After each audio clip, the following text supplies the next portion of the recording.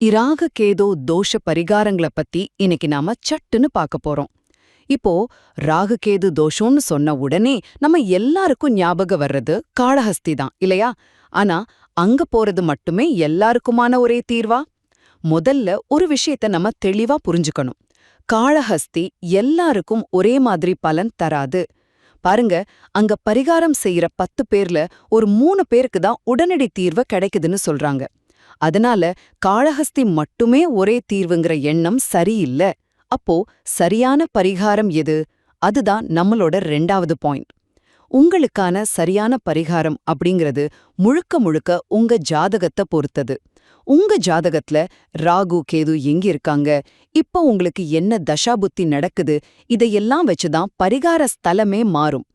கடைசியா, காளஹஸ்திய தவிர இன்னும் நிறைய சக்தி வாய்ந்த பரிகார ஸ்தலங்கள் இருக்கு. சோ கவலைப்படாதீங்க. உதாரணத்துக்கு ராகுவுக்கு கும்பகோணம் பக்கத்துல திருநாகேஸ்வரம், கேதுவுக்கு சீர்காழி பக்கத்துல கீழ்பெரும்பழம்.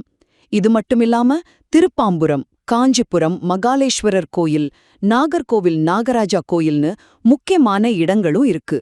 சுருக்கமா சொன்னா, மத்தவங்க போறாங்கன்னு போகாம உங்க ஜாதகத்துக்கு சரியான கோவில் எதுன்னு தெரிஞ்சுக்க ஒரு நல்ல ஜோதிடர்கிட்ட கேக்குறது தான் சீக்கிரமான உறுதியான பலனை கொடுக்கும்.